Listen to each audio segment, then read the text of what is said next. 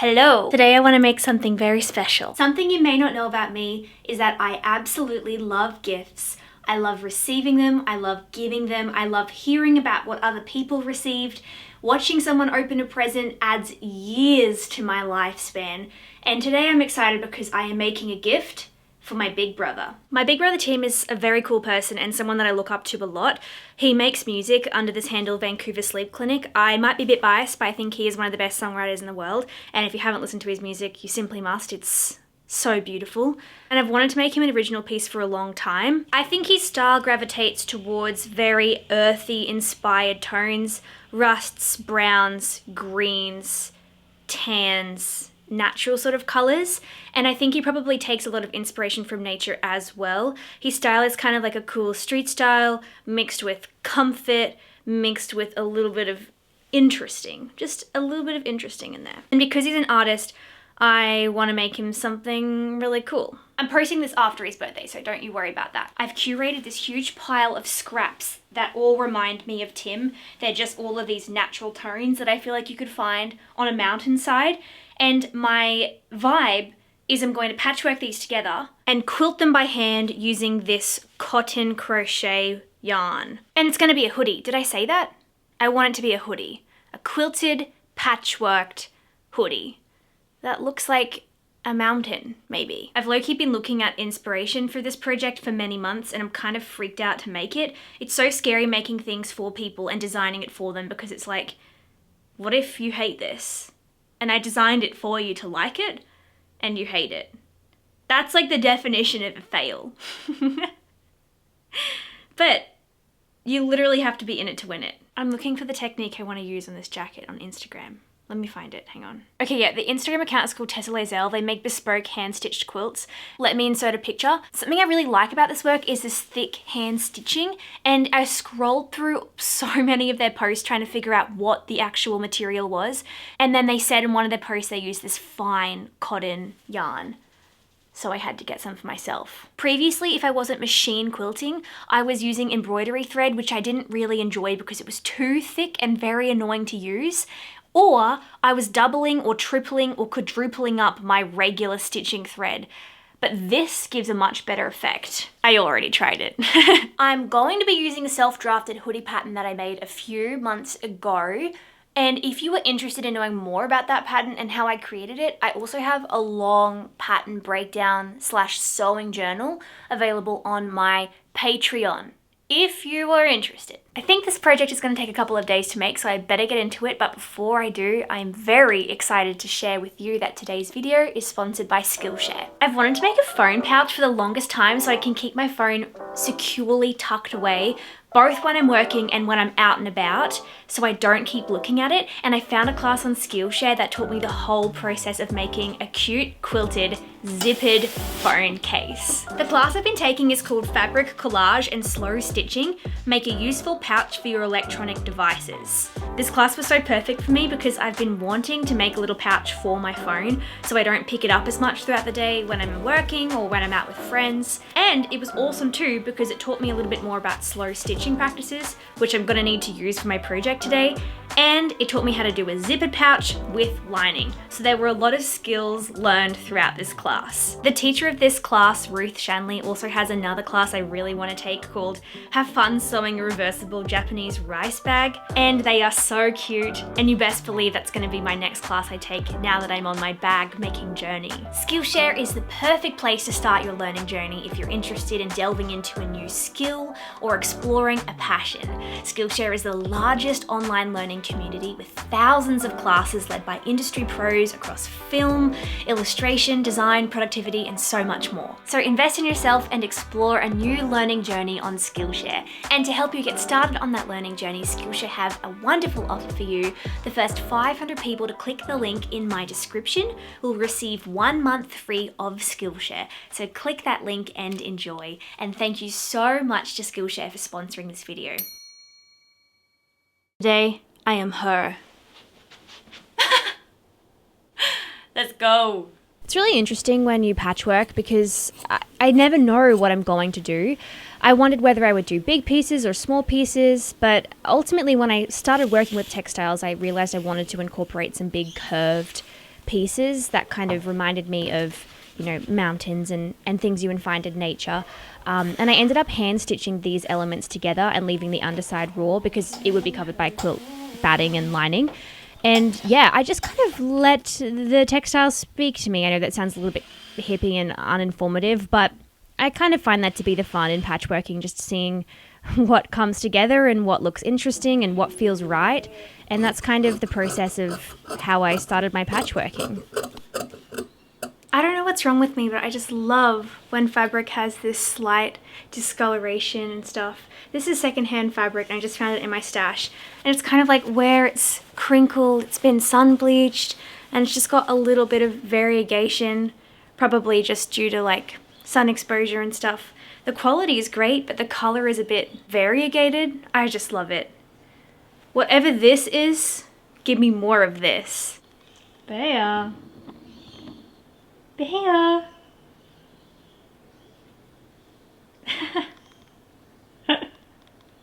He's just been standing at my door for like 10 minutes.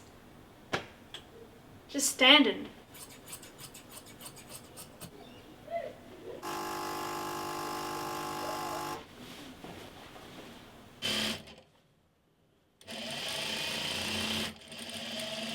This is the vibe.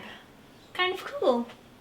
I'm going to wrap it up for today because the sun's setting, but maybe tonight I will cut this out to be the front body and also cut out the wadding and the lining, and maybe I'll try my hand stitch quilting stitch while I watch a movie.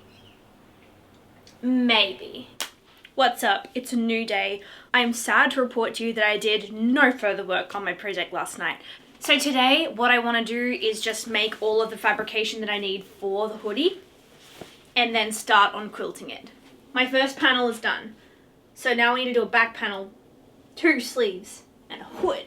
It's like 11 AM now, so I'm going to check in with you after I've patchworked all the pieces. We'll see how long that takes.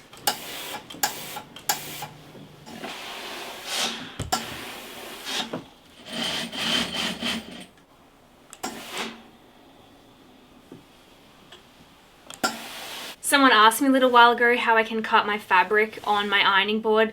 Don't I cut through it all the time? And the answer is yes, I do cut through it, but it's also very exciting because it means I get to add a new patch to my ironing board cover, which is weirdly exciting. I got a new domestic machine also, so it's got a bunch of decorative stitches, and I'm gonna put like 1 million of them on top of this patch because that feels fun. Decorative stitches are kind of stupid, but if I have them, I'm gonna enjoy them, so.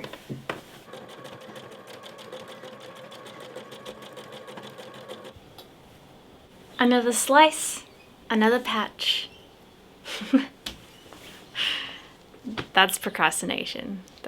I'm procrastinating now. Also, a quick update for you. It is now 1:40 and I've just now completed all of the fabrication that I need. So I've got 2 body pieces, 2 sleeve pieces, 2 hood pieces, and a pocket piece.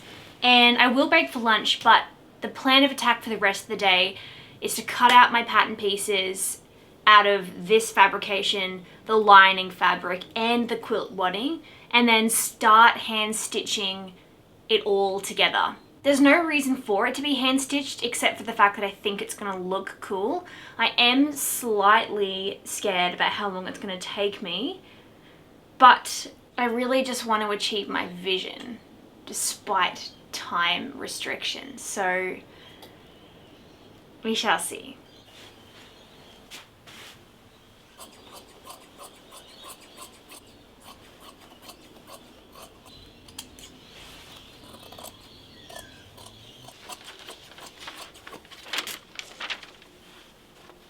I'm doing a very silly thing and I'm freehanding the pattern grading of this pattern. My brother is just taller than me and he has longer limbs than me. So I'm just trying to kind of eyeball it, which is so stupid, but I think we might be okay. But anyway, I'm trying on one of my patchwork hoodies, which I have made for my small business and are available on my website if you were interested. They're pretty cute. But yeah, I'm trying it on just to see how it fits on me, and the proportions of the sleeve and just thinking about whether I need to amend them. I might just add like 1 centimeter of width and 1 centimeter of length. A very, very minor adjustment, but I think it's roughly pretty good. Okay. See ya. Something that I'm always gonna do if I cut into a piece of patchwork material is I'm gonna get on my sewing machine and put my stitch length down to a small stitch length, probably around 2. And then I'm gonna go all the way around every single seam that I cut through and just do a few back stitches and just make sure that everything is really secure. Because if you've ever cut through patchwork material, you'll know you cut through the back stitch. It kind of means that your seams are not very strong and they can split. It's very annoying to have them split once you've constructed your garment, and it's not really a good way to fix them. It's annoying, it takes a bit of time, but I always do it now for extra security. There's nothing like seeing your patchwork unravel after you've already pieced it all together. That just makes you want to donate your sewing machine to your nearest lifeline. It's devastating, but you can prevent it. Anyway, once I had done all of my securing stitches, I laid out my pattern pieces on top of my quilt batting and my lining, and then I just cut everything all out, leaving a nice big seam allowance on every edge so that I had excess to work with, which is an important thing when you're quilting. Okay, I'm set up in front of the TV now, and my plan is just to do this one piece at a time. I have my front of the jumper, and I am simply going to stitch. I'm gonna stitch in 4-inch lines and see if I like how far apart that is. And if it's too far apart, I can always do 2-inch lines. I've got my cotton, my needle, and a ruler, and some tailor's chalk so that I can line my lines one by one. Let's see how long this takes. Also, I usually would just use regular pins, but today I used curved safety pins because I didn't want to stab myself, so growth, maybe. I don't know what it is about doing a craft in front of the TV that just makes time cease to exist. Like, I could just sit there for 8 hours and nothing else in this world matters to me. It's honestly quite enjoyable. I don't even get that feeling when I'm sewing. Sewing, I'm thinking so much about what I'm doing, but doing something so cathartic like this hand stitching was like, wow, what dimension do I live in now? It was awesome. After an hour and 20 of hand sewing, I have finished the front panel. It looks kind of beautiful, I think. I love the effect. They are 4 by 4-inch squares all the way across. It took a little longer than I liked, but I think it's okay. I'm just gonna see how much I can get through tonight, and then I will check in with you tomorrow with my progress. I need to finish this by tomorrow, so I better get a hustle on. Hopefully the hand sewing is worth it. Okay, it's the next day. I spent several hours last night and quite a few hours this morning hand stitching all of my pattern pieces together with the quilt wadding and their lining pieces. And now I have everything I need to make the jumper except for 2 of the cuff pieces for the sleeves, which I will do later today. I am a little bit concerned about what I'm going to do with all of the leftover edges of my threads. Maybe I should have sewn them all in as I was working on it, but I also thought if I'm machine stitching everything together, maybe that will suffice. But otherwise, I'm in a place where I can start constructing my jumper. I'm going to start with the 2 body pieces, and then I'm going to attach the sleeves, and then I'm going to sew all of the side seams together. Construction should be relatively fast now that I've done a lot of the heavy lifting with the patchwork and the quilting. But in saying that, I still want everything to look really pretty, so I better get to work, is what I'm saying. Also, check out this pocket. It's got all of these little crosses on it. This is my favorite piece. To start construction, I just trimmed away all of the excess quilt batting and lining off all of my pattern pieces so they were ready to go. I just tried 2 different techniques of securing the ends of my stitches. This one I hand stitched all of the ends in, and that took me quite some time. I like the security of this, but it was time consuming to do. And on this panel, I just did my smallest stitch length and I back stitched several times over the end of the threads, and that is keeping them secure. I like how this is more streamlined, but I am still hesitant to see if this actually is successful. I am hopeful that this back stitching technique is going to work though, so I think I'm going to progress doing the back stitching technique because it's much faster. And my fingers are sore from hand sewing, so that's what it really comes down to at this stage.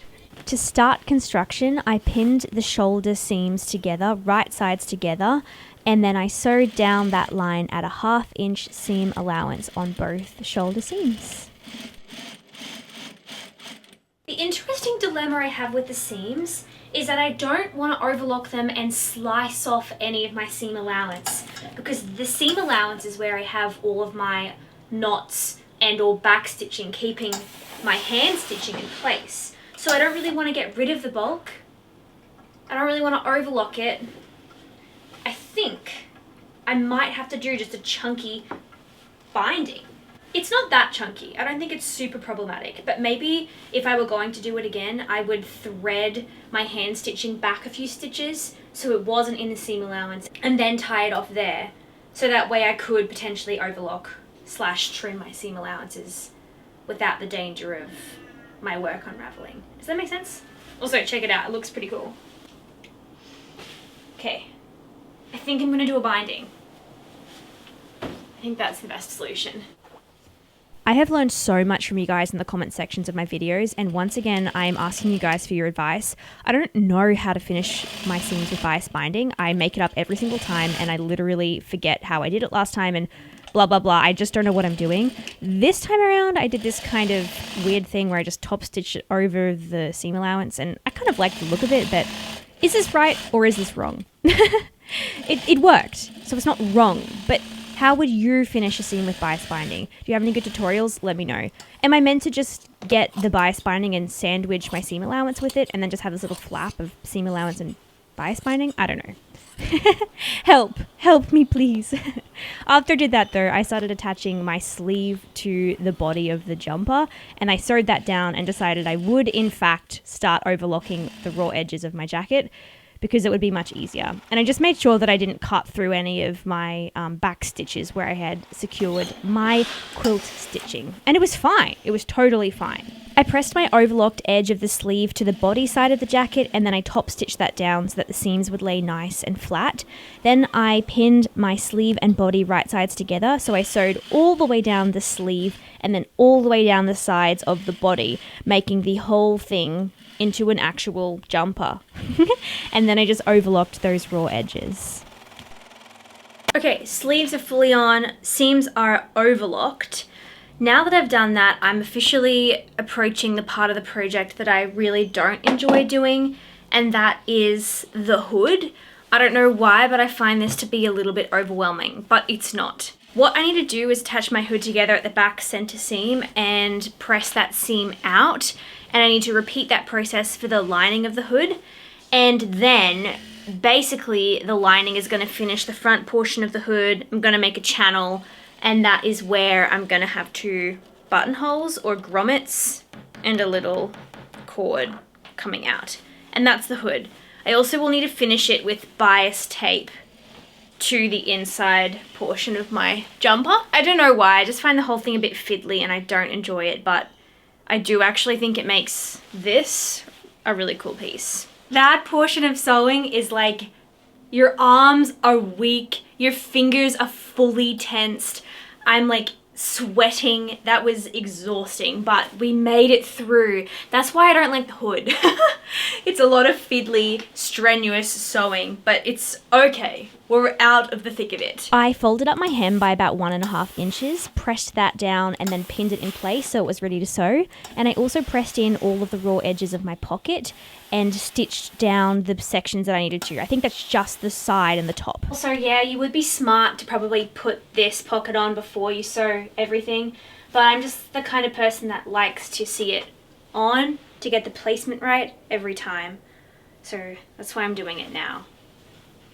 After I pinned my pocket exactly where I wanted it, I then top stitched it down using 1/8 of an inch seam allowance, and then I repeated all of that top stitching at 1/4 of an inch seam allowance to create this parallel line stitching, which I think is nice in an aesthetic way, but mainly it serves a great function of adding some more stability and durability to the pocket, where you get a lot of wear and tear because you're putting your hands in there and it's carrying things like your phone and lip balm and whatever. So yeah, the extra line of stitching is kind of nice. I then realised I sadly had to finish off the cuffs of the sleeves, so I quickly hand quilted them together, and then I stitched them right sides together to create this circular cuff, and then I attached that cuff to the bottom of the sleeve, and that creates the finished look of, I think it's a lantern sleeve. Correct me if I'm wrong, but I'm pretty sure it's called a lantern sleeve. If you want any more information about how I created this pattern, be sure to check out my pattern breakdown on Patreon. I'm quite proud of it. It's a sweet pattern, and the sleeves are really unique and cool, I think. Anyway, after I did all of that, I quickly did a little hand sewing of a name badge for the jumper. I think if you're going to spend 30 hours making a jumper, you may as well spend 30 hours and 10 minutes to create a personalized touch, because I think it adds a lot of charm. Yeah, once I did this, everything was done. Okay, wow. That was a really big project to undertake in 3 days, but it is finally finished. I'm so relieved. I really hope my big brother likes it. I'm very proud of it, and I do think it is his vibe, but you just never know. And especially with handmade stuff, it just feels very intimidating designing stuff for people, because you invest so much and you can't just be like, if you hate it, you can just return it. It's like you can't really return a gift that took like 30 hours to make. I was very pleased to be able to use this hand stitch technique. I want to do something like this on a big quilt later in the year, so it was very nice to spend some time with it on a smaller project. Although my fingers are so sore from pushing that needle, I did find that process very meditative and enjoyable to do. Anyway, that's it for the video. I am exhausted after this project, but it was definitely worth it. I'll let you know how it goes and if my brother likes it. If you enjoyed this video, please give it a big old like, or you can subscribe to my YouTube channel for more videos just like this. And if you haven't had enough of me, which is a crazy thing to say, you can find me on Patreon, Instagram, TikTok, and of course my website where I sell one-of-a-kind, happy, handmade clothes, usually made out of secondhand material. Anyway, that's enough from me. Thank you so much for being here. I hope you have a wonderful, wonderful week, and I will see you guys in the next video. Bye!